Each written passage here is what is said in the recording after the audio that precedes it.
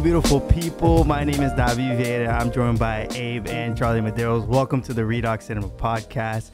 And for our viewers and listeners, we hope you guys are having a great time, having a good day listening to this. But before we get into this episode, Abe and Charlie, how y'all doing today? We're chilling. Good. Tired. Tired, yeah. Tired for a Saturday, but it's good. We're Good. As you can tell from their voices, yeah, they are tired. Yeah. But we just watched Michael B. Jordan's directorial debut and also the end of a trilogy, which is Creed 3. And wow, I'm going to say that was surprising, specifically because it was Michael B. Jordan's directorial debut. But before we get into all of this, Abe, let the audience know what the movie was about and what we just watched. Yep. So as Davi mentioned, the third installment of Creed 3. So Creed 3. Adonis has been thriving in both his career and family life, but when a childhood friend and former boxing prodigy resurfaces, the face-off is more than just a fight. Yes, more than a fight. Charlie. Yes, sir. So when we actually finished the movie, because as you guys know, our new format is we watch the movie, and as soon as we're done watching the movie, we come back here and we're ready to record to make sure our thoughts are fresh. When I finished the movie, I was like, wow. And Charlie was like, I'm going to wait for the podcast. So I'm eager to know what you thought about this film, but then give me three positives, 3 negatives if you want, and then rate it already. So audience knows. Cool. No spoilers in this time. So if you're listening, you haven't seen this, we're not going to spoil it right now. Word. So I was not enthusiastic about seeing this movie at first when I saw the trailer, because I'm like, oh, this is, your typical fighting movie. The heroes are always going to overcome his adversity, that type of thing. There's a formula for it. And so I was like, okay. But, however, it proved me wrong because I really liked the movie. Like, I loved the movie. Yeah. Mm-hmm. And I think the reasoning for that is because of how they structured the story gave a little bit of a different element as to you understand both sides of the feud. Mm-hmm. And then you are rooting for one side, but you can understand the other side as well. Mm-hmm. So I like that structure a lot. This movie is really well shot. Really, really well shot. It's like one of the best visuals I think I've ever seen. Yeah, bro, it was crazy. For a sport film? Just in Or general. just in general. Just in general. Wow. I was It's watching the really shots, I was like, good. just beautiful. It was beautiful. Mhm. Some of the moments in it reminded me of cinematography for Euphoria in a way. Mm-hmm. I don't know if by chance people who worked on Euphoria also worked on this movie, but it felt kind of similar. Dude, so good. The whole IMAX thing, like they were really pushing it, and I think they pushed it for a valid reason because it's worth watching in IMAX. Like it's so well done. Literally every frame that you can pause a frame and it's a poster. Like literally throughout the entire thing. Perfectly lit. The entire movie's perfectly lit. They just looked so good on screen. I don't even know what else to say about that. I think so far in 2023, this is the best movie out yet. Damn, So. that's high praise. Yeah. Yeah, that I is mean, high we're praise. only in March. Yeah. We're marching, but look what we got last March, Yeah. though. Look what we got last year in March. We got the Batman, True, and then true. Yeah. first week of April, we get Everything Ever All at Once. Mhm. So, true. I mean, you never know. I was going to say that also. I was going to save this for later, but I'll just say it now because we're on this topic. I think that this movie may have come out too early because I do think in some aspects it can compete for awards. I really Yeah. do. Yeah. I agree. But, like you said, last year we got the Batman and we got Everything Everywhere. So those came out really early and those were thriving during award season. They will thrive during award season. So, yeah, it's a great movie. Definitely go watch it. See it in IMAX, please. Mm-hmm. Please. That's all I have to say. And if you would rate this movie, what would you rate it as? Do you have any negatives, actually? Oh, yeah, actually, yeah. First. I don't know. I was like trying to pick things out and I was like commenting to Abe. I was like, oh, the way that they're like structuring this right now, it kind of makes it feel like Adonis was the older one or whatever until they explained right. As soon as I said that, he was like, oh, we're probably going to get more backstory. Boom. Backflash that explains everything. Mm-hmm. So that was fine. I don't have any negatives, dude. I really don't, because there are moments in movies like this that are supposed to be very cliche, And don't get me wrong, they still are cliche, but done tastefully, Very Yes. tastefully. in this movie. Mm-hmm. So I can't. I don't want to deduct a point, but I'm going to give it a 9 out of 10. It's not perfect. I have to. If I rewatch it again, I'll find some more faults. But yeah, it was really good. It's a 9. That's great to hear. I mean, again, like this is our raw reaction because we're coming right out of it. Yeah. And for you to have this, this Yeah. positive, feeling towards it is a good sign. It was I'd great. say. It was amazing. It was well acted. Jonathan Majors is having a heck of a month. But I'm gonna say, if you're gonna choose a Jonathan Majors movie to watch, don't just skip Ant-Man. Watch this. I'm gonna challenge you on that. I think Jonathan Majors in Ant-Man was very good. No, and I he's good. appreciated But that the movie performance. itself No, the movie's is not great. Yeah. So Yeah. this is a great movie with Jonathan Majors Majors being great in it. Yeah. So Agreed. Yeah. He is great. Mhm. It's great. Wow, 9 out of 10. yes, sir. Whew. Abe, what about you? How you feeling about this? Yeah, I honestly agree with a lot of what Charlie said. And honestly, I was waiting to hear from both of you what you thought about the technical elements, because the technical elements is not really my strong suit at the house. But I was looking at it and I was like, yo, technically this looks Yeah. insane. Like it looks Yeah. really good. And I can see where Charlie was kind of thinking about the Euphoria shots. Like they had this one shot where it was like a front facing shot of Michael B. Jordan, and then it like goes overhead and spins. Pans over. Yeah. Yep. Pans. Yeah. That was very reminiscent of Euphoria. Again, I think it's probably just most likely that it was like influence, because like art. Yeah, it's likely. Yeah, art, like people take things from new art all the time. So, yeah, I thought it was done beautifully technically. It's weird when you have directorial debuts. I always sometimes get nervous when you have a directorial debut when the actor is acting in it, because it's like, okay, how are you going to write your own character and how are you going to play this? But I honestly think He did not write the movie though. right. Yeah. It's true. Well, how are you going to portray your character? 'Cause Yeah. at the same time, like the director has a very big hand in like what the movie is trying to accomplish. Yeah.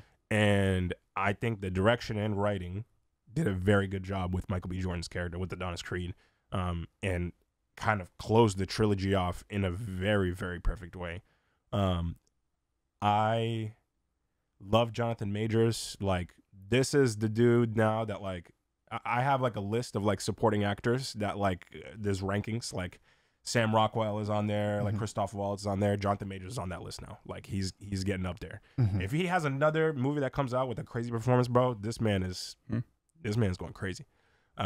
So yeah, incredible film. I thought it was really well written. Just like Charlie said, some of the cheesy moments, like, it's only cliche and cheesy because it's formulaic, and like there is a formula to these types of films, but that doesn't make it bad necessarily. If they do it in a tasteful way, which I think this movie does, then it's fine. And it's great, and it adds to the story. So I thought it was great. I do have one negative. Yeah. And my one negative, it's not a spoiler per se because it wasn't cast in this movie, but there's no Rocky in this movie, which is not an inherent issue. However, Rocky played a huge role in the first two Creed films, and we get no mention of Rocky in this. Like, we do get a little, like, they throw like little things around about Rocky, but like nobody knows where he is, like what Adonis' relationship with him is now. Is he dead? Is he alive? Like, what's going on with him? Nobody knows. So that was the one drawback that I think I'd have for the film. But with that being said, I think this is the best of the Creed movies. As a standalone film, I think this is the best Creed film. I agree with that. As a standalone film.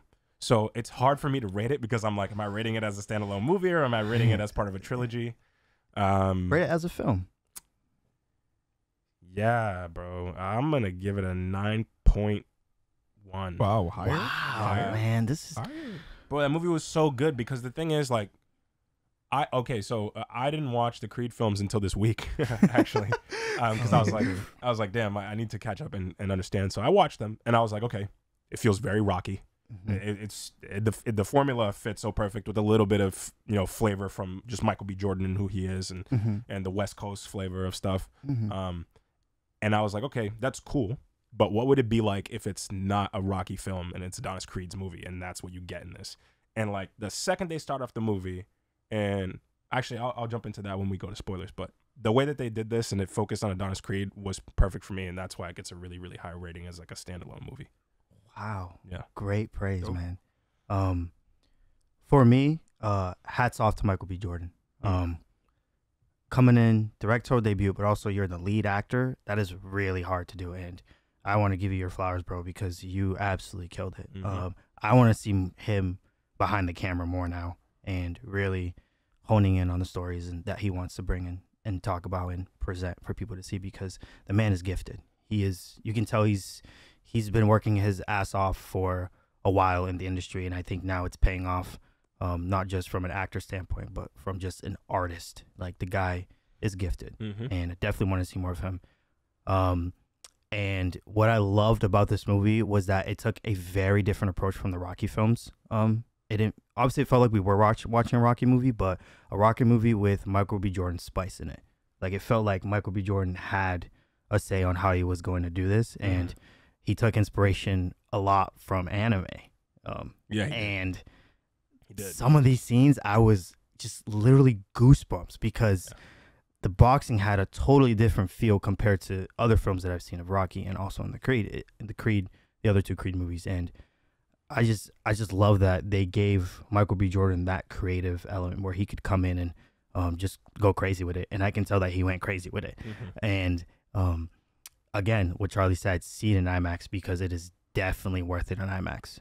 When the boxing scenes are happening, it's all in the aspect ratio of IMAX camera, so that's where they definitely want to hone in on that, on the scale of the shoot of what they were shooting. I really love Jonathan Majors in this film. He portrayed a character you can see that was very insecure, but very strong at the same time. Like you can see, it's like he had you can see like he had a lot of baggage going on, because obviously we know what he went through, but you could visibly see it, but also you can see how visibly distraught he was with it, but also how strong he wanted to keep fighting. Bro, Jonathan Majors, the way that he delivers lines, his facial expressions, everything, you hang on his words. Like, every time he's saying something and on screen, you're literally just like, you're taking everything in, because his performance is top to bottom, perfect.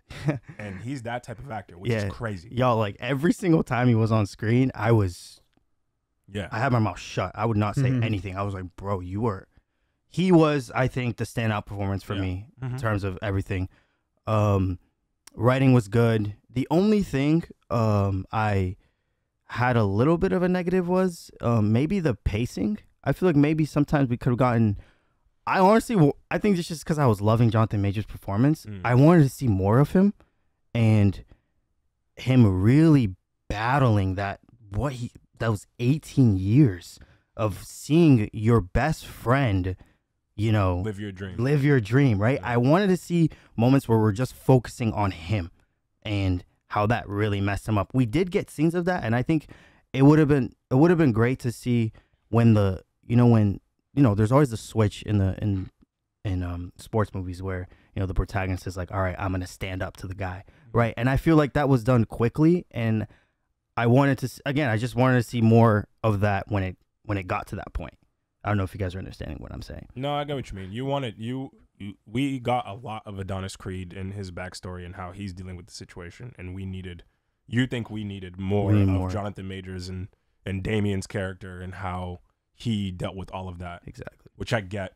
But this is a Creed film, right? Yeah. It's and the fact that this movie came in under 2 hours and we got all of what we got, bro, like that's the impressive thing to me. So it's a valid point. It's just because I was in love with the character of Damien, and I think he was shining with Jonathan Majors playing him. But cinematography as well. Jesus Christ, man, I can't talk about how good the reference to anime was. It's just like it was just I don't want to get into a specific scene. I'll go on spoilers, but wow, this film is great. It's a really good time. You'll have a great time in the theaters watching this. You will get goosebumps because it's a good movie. And with that being said, y'all, I'm giving this I'm with you guys. I'm giving this a 9 out of 10. It is what Charlie said. It is my favorite film of the year so far. It is amazing. And sports movies have cliches. They have their tropes. Same thing with superhero movies. It's just like they did it right with this one, right? We knew it was coming, but the delivery was done so well. and how they was. Really was. brought it in from the first act, second act to the third act, like keeping it all the way through in the direction. But with that being said, y'all, we're gonna head into spoilers. So if you haven't seen the movie yet, you can keep listening. But if you haven't, then turn this off and then come back and then listen to what we thought about the story as a whole. Charlie. We now introduce the segment of this episode, Spoiler time! This section of our episode contains spoilers. Proceed with caution. We are not responsible for crying, complaining, whining, or any other side effect that may result from listening to this segment of the episode. If you believe you or a loved one is in danger of having this movie or show spoiled to you, stop now and immediately book your ticket for the next showing of this film. Alrighty. Okay, so, like I said, this movie reminded me a lot of anime, and I love that so much because Michael B. Jordan also said he took inspiration from anime. And the scene where he was boxing Damien, the final fight was so good. Crazy. And there was a specific moment where they go into the second or third round, I believe, and it just absolutely transitions to literally I'm watching a carbon copy of anime. Like, this is just live action anime. For me, I felt like this is dope. And specifically, what did you guys like about that final fight scene, that third act? Because when it comes with Rocky films and Creed films, that third act is everything. That's what makes or breaks a film like that. You have to have a strong third act. And what did you guys love about the third act, or what was something that you guys might have not disliked? I'll say for specifically on that fighting scene, the thing is, the last two Creed movies have been pretty formulaic in their third act. Like, and that doesn't mean it's a bad thing, but it's very obvious. Like, okay, we're gonna go into every single round, and you're gonna see a highlight of every single round and how this is gonna go. You know, the antagonist is gonna get, you know, ahead, and then the protagonist is gonna get ahead, and it's a back and forth until the end, until Creed knocks him out. That's pretty much how we get it every time. This was the way that he chose to do this, that was super inspired by anime, was a risk and a half, because there was probably ways that they could have done this really wrong. Because I will say, the only reason I was like, when you said carbon copy of anime, is because I think that they took the influence without like being like, oh, we're gonna make it silly like anime. Like, no, they could have done like crazy punch combinations and like him like appearing from behind him as if he's like has super speed. They didn't do that. It was a realistic approach. Exactly. They did a realistic approach with it, because that's what I was worried about when I heard the anime stuff. I'm like, how are they gonna do this? Because I'm worried about it looking corny, but it did not look corny, bro. It was one of the most intense like fight scene. I don't know if I've seen a boxing scene that I was so like captivated by. Like that was crazy. And it was like the third round, and all of a sudden there's nobody else in the stadium, and it's just the two of them, which is so anime. And this fighting sequence is so long, and you're like, holy shit, this is a long round. It ends, and it's like, that's the end of round 11, and you're like, oh my god. Like the amount of time that passed by. Incredible, dude. Like a very, very different approach, and I'm happy they did it, because while sticking to the formula of Rocky, like the character does prevail in the end, but the medium, which they showed the fight happen, was so different than what we've seen in previous Rocky and Creed films. So I thought that was beautifully done. No, I think this film did a great job on elevating the emotional tone to everything that was going on. So building up Damien's role and how he's been let down 18 years in prison, and now he's coming back trying to get his revenge, put him, you know, make a statement like, I'm here, I'm him, I'm this person now, versus now his best friend.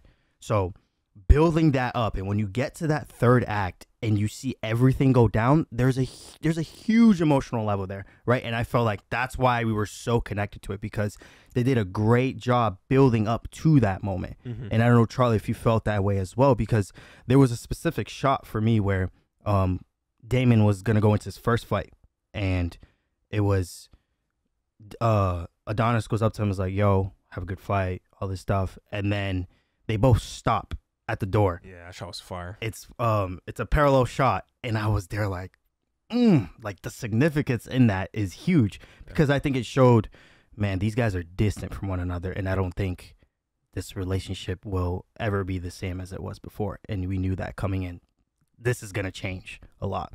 So Charlie, were there scenes where you were like, dang, this is crazy. Like they're doing this really well.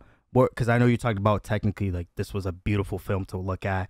What were scenes that you appreciated a lot, or specific shots? I mean, I'd say the third act is the highlight of the whole thing, but there are moments like I don't think I've ever seen a sports or a fighting movie that got so much detail and really made you feel like you were in that moment, because of the way that the camera is swinging around. It's handheld motion, and you have like a punch in the rib, and it's like slow motion. You see the sweat dripping off. All that stuff is really, really, really well done.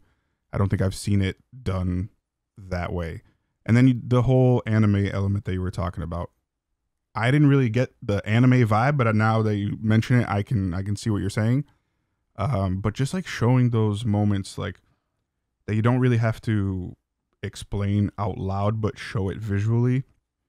Like when they're in the 11th round, the fighter is going to be like in a deep focus mode and just shut everything out. And the way they showed that was it was an empty arena and just the two of them going at it. And it was a really long round, just like battling it out. And I thought that was beautifully done. I like the montages, dude. The montages are so good. I think what's good about the Creed And Rocky and Rocky as well. Montage is on. Yeah, That's their bread and kill butter. it, like kill it. yeah. The montages, like just getting ready, like training really hard for the fight. Really well done. And I just want to bring back. You were mentioning the pacing being an issue. I had zero issues with the pacing. Me personally, I felt like it was always like the story was always being carried. not to a point.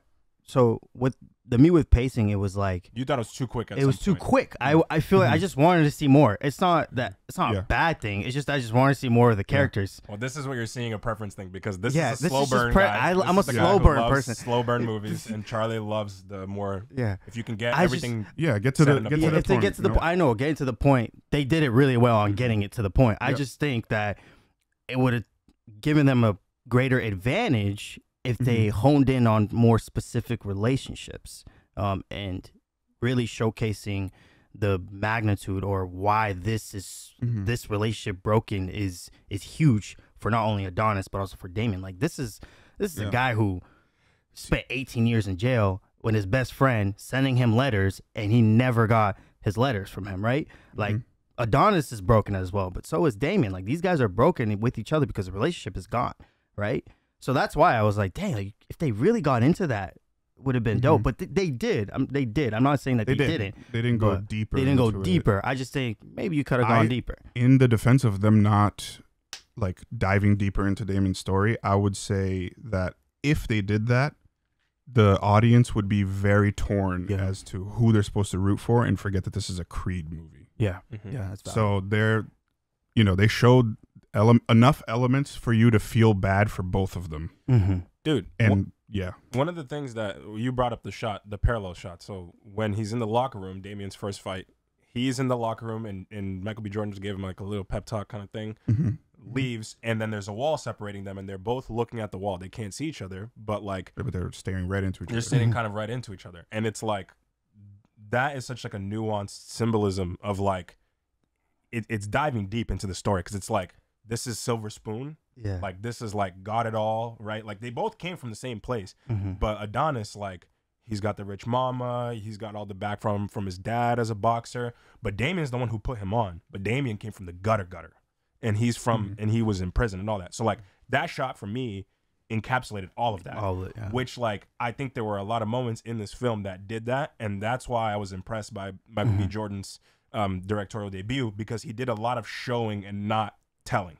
Yes. Which was great. And I thought that is what stood out for me with him as a director. I thought for him, I don't know why I thought this, but I thought he would be more obvious with things. But he had a subtlety to it that was very well done. And there's no need for it, because they say a picture shows 1,000 words. Yeah. And so that's what he that did. was- He did it visually, and Yeah. that was impressive. And it I know drove the you story. brought it up again, but that was leaving the theater. That's the shot that I think of after watching the movie. It was that shot. I think that shot was huge shot. Yep.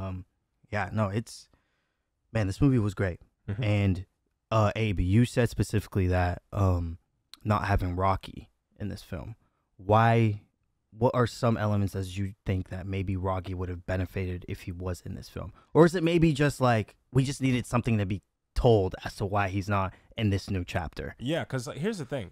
I didn't miss Rocky in this film. I'll say it straight up. Like, I didn't miss Rocky. But the thing that I was saying is, like, this is a trilogy, and there's a continuation of a story here. So that piece for me is a little incomplete. But then again, if I'm looking at this film as a full-on, like, by itself, a standalone movie, I didn't need Rocky. We didn't need Rocky to back up all of this. And one of the things that I think is what you said, Davi, is like, you were saying that this was a Rocky film with the Michael B. Jordan flavor. I disagree. I think the last two Creed movies were that. This was a Michael B. Jordan Adonis Creed movie with some Rocky elements sprinkled in. Because there was, like, you still got the montage from the Rocky films, did it differently. You still get, like, the build up to the character in the beginning that they kind of introduced. Like, Rocky movies do that very well. This was so different. The way that they started it off, back to 2002, Dr. Dre's playing West Coast, like, it's a full-on, like, this is Adonis Creed. Forget Rocky. We're not starting with the, we're not hearing the dun dun dun dun dun dun that throughout the whole film.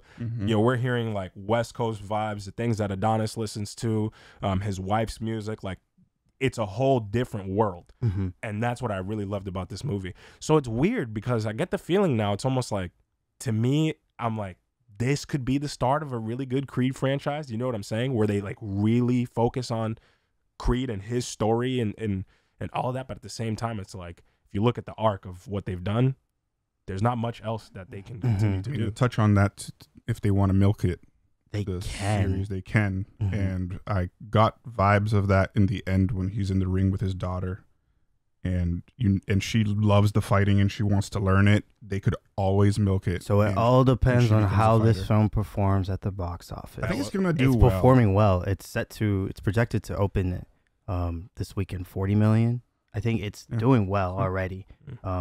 Had Thursday previews at 5.5 million, which is the best it's ever been for a Rocky franchise. Wow. So yeah, no, but again, this is the 9th film in a Rocky franchise. If you put Rocky and Creed together, it's the 9th film.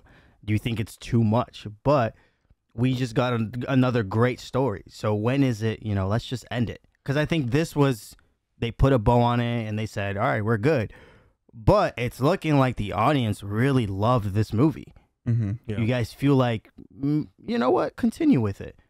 It's tough because although I really liked it, and I think the elements that I really liked about it are the characters, how well it was written, credit to Ryan Coogler and his brother who worked on the script, the direction from Michael B. Jordan. So, like, the elements that I really loved about this film are, they're not necessarily central to Creed and why I loved it, right? And don't get me wrong, I loved Creed and the story and now the arc and everything. So at this point, I think if they milk it, it's overdoing it, especially if they do it soon. You know what I mean? Like, if in a couple years they do another Creed movie, because when was the last Rocky movie that came out before Creed? There's a big gap between 2006. Yeah, Rocky 5 came out 2000. So what's that? Almost a 9-year gap, probably, because Creed 1 came out in like 2015, something like that. Yeah. So Rocky 6, Rocky 5, I don't. Yeah. So like, I think if I say don't touch it at this point, because the way that the arc happened for the character from 1 to 3, I think works really well.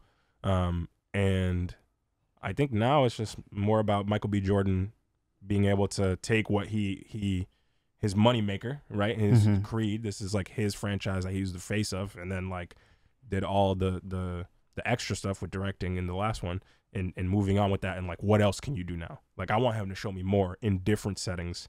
I'm curious because this was great. So I think great way to cap off the franchise.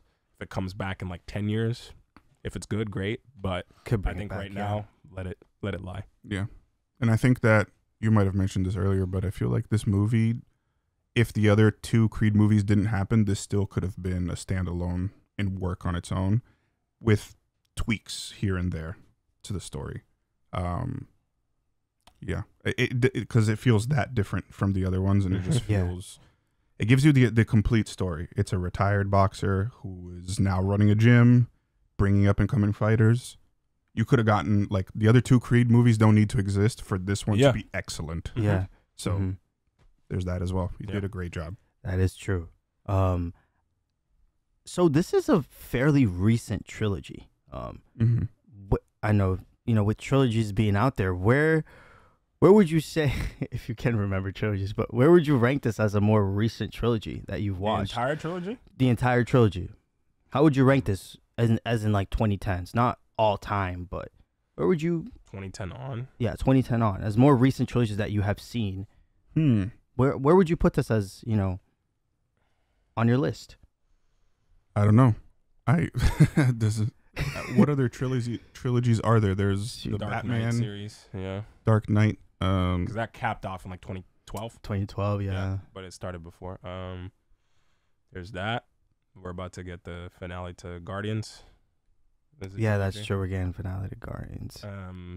We're gonna get, or I don't know. I don't know. Yeah, no. I don't think. Off the top of my head, number one. Because I can't think of anything else. Unless you want to say Fast and Furious. I mean, that's not a trilogy. That's like a infinity. Yeah.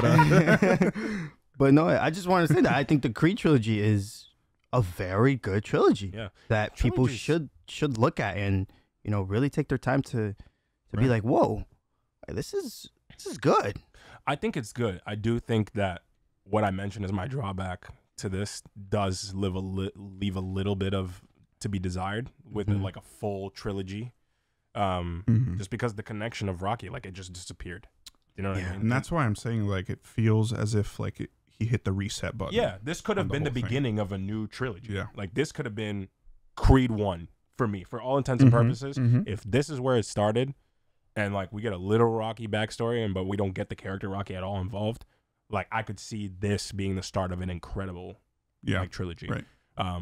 Where he goes from that, him as a fighter at this point in career, like I don't know if that would make sense, but like I really think that this was the standout movie for me. So I think as a trilogy in itself, it's not the best trilogy I've ever seen, but I think that the arc works. What they did with it works really well. And the third movie was icing on the cake. So I'd say the impressive thing too is like usually sequels don't do better than the original. Right. And he somehow managed to make it better than the first two. Yeah. So that is true. Exactly. Like the third installment of the film is like very rarely the best. Yeah. But I feel like very, very like Spider-Man 3. It depends on the film. Like, and like, well, Lord of the Rings, Return of the King, that's the third installment. And that one is wiped. The best one. Yeah, it's the best one. People will argue with the Batmans. I still think the Dark Knight is the better of the three. Dark Knight Rises is kind of probably a close second. But yeah, I think it's hard to. No, it's true because it's really hard to close a trilogy. Closing a trilogy is tough. I mean, look at The Godfather, for example. Godfather Part 1 and Part 2 are like cinematic moments. Like those are peak cinema, right? And then Godfather Part 3 is horrible. It's not good. It's so bad. I don't know if you guys have seen Godfather Part 3, but it's bad. So let me talk in positive of this trilogy. With this third film, the things that they addressed and they closed out. His relationship with his mom. Yeah. His relationship with his wife, and how like throughout the three Creed movies, you see there are things that he consistently holds back and doesn't talk about. That was a consistent theme in all of the movies, and they kept that going and finally like really addressed it in this film. And that made me feel like, all right, you have a continuity and like wrap that up really nice. You have, how he dealt with like the idea of Bianca having like progressive hearing loss and his daughter having, being born deaf, and then he's this great dad and like bonds really well with his daughter and is like no sign language, all that stuff. Like there was a lot of things that they were just not like, they didn't throw away everything that happened in the last movies. They addressed pretty much everything and like closed the arc out really well. So I would say that as a trilogy, it did really well because of that. So regardless of the Rocky omission, the movie deserves credit for touching on all of those things that the first two movies kind of brought up. It closed it out really well. Yeah, I just think character-wise as well, the chemistry on screen with everyone works really well. Like Tessa Thompson, she knocks it out of the ballpark with her relationship with Adonis playing his wife. It's just a match made in heaven with everyone because you can see that this cast just works well together.